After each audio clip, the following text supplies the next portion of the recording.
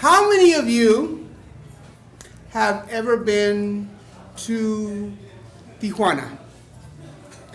A few hands are very good. How many of you have been to Tijuana but don't remember that you went to Tijuana? Oh, I see a lot more hands. So I grew up in Nevada, and in Nevada we have this saying, what happens in Vegas, right, stays in Vegas. I see some hands going and some heads going, oh yes, I remember, I think I do. In Tijuana there's a saying, what happens in Tijuana is a little fuzzy.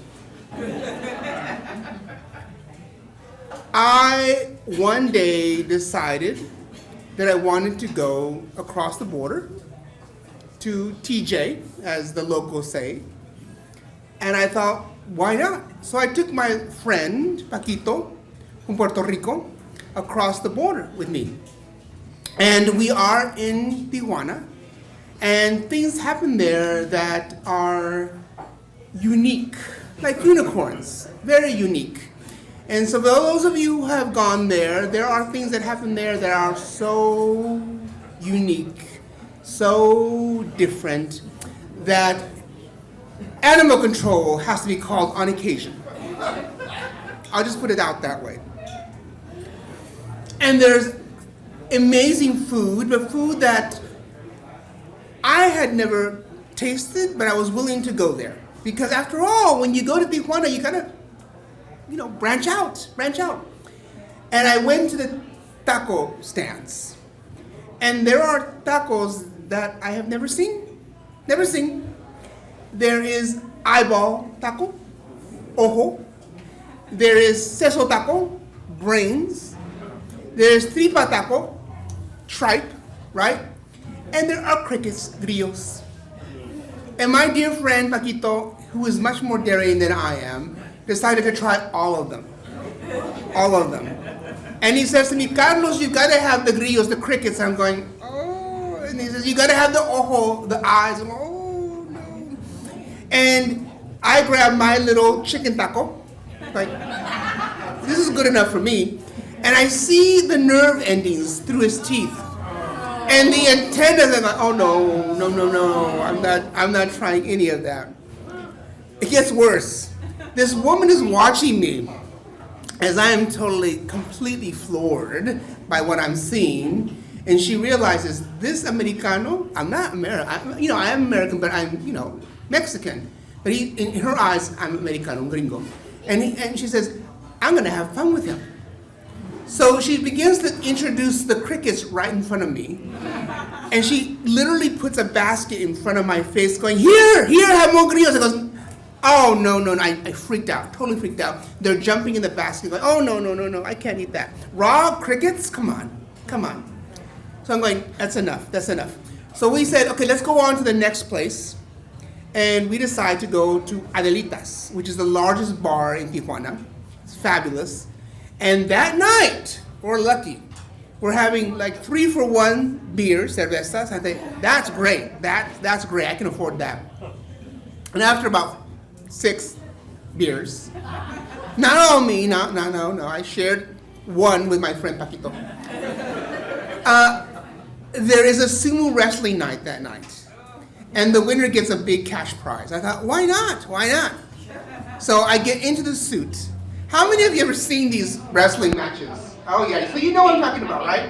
Yeah, so they put you in this plastic suit and they pump. And I am this big, huge. I'm big as it is, but I am huge. And Paquito's even bigger. And I think I'm going to win this. I want the cash prize. And suddenly I feel someone behind me. I'm thinking, what's back there? And someone pushes me. And my legs go up in the air. And I'm like a turtle. I cannot move, right? Imagine, I'm going, someone cheated. And I lost. I said, I didn't even go in the ring. I am pinned. Because Paquito, what does he do? He jumps on me to pin me. So imagine these two giant suits, sumo wrestlers, and I am pinned. I'm going, this is so unfair, so unfair. So he wins the cash prize and he beats me and I get really upset. But that's okay, I got more beer. That's okay.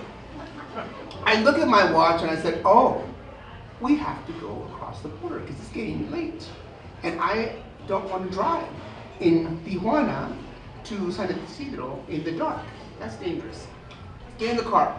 So we get in the car, and then suddenly I realized, this doesn't look right. This border looks like something different. I didn't know there were more than one border entries into the United States. We're at the wrong border. I said, oh no, let's drive.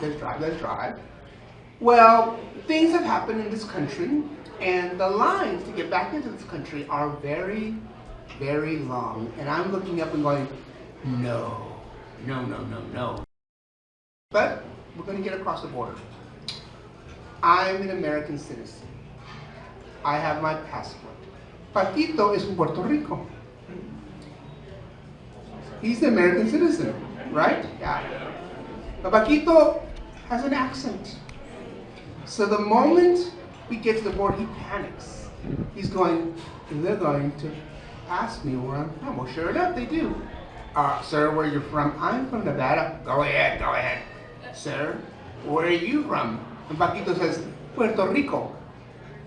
He looks, Puerto Rico. I'm from Puerto Rico. I'm an American citizen, for God's sake. Sir, where are you from? Puerto Rico. Sir, where are you from? I'm Puerto Rican. I'm Puerto Rican. Pull over. Oh, I said, oh, no. You never want to get pulled over in Tijuana, right? And we go through the whole thing. They strip searched us completely. Cavity searches and everything. It's a little embarrassing. Paquito kind of liked it, but that's the unicorn part. Maybe the love, I don't know. Maybe the hope, I don't know. So, at any rate, I'm like, okay, we finally get released, we get across the border, and then it suddenly dawned on me, so wait a minute, this doesn't make sense. Because I don't think I have an accent or a dialect. They assumed a lot of things about me. And they let me right through. Paquito, even though he's a US citizen, they said, he's not legit. He's not a citizen. He has a border.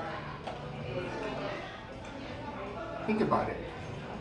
We all have our own internal borders in one way or another. And the fact is that for some of us, it's very visible. And for others, they live with it their whole lives. And in the climate that we're living now, those borders are getting bigger and bigger. That's my unicorn.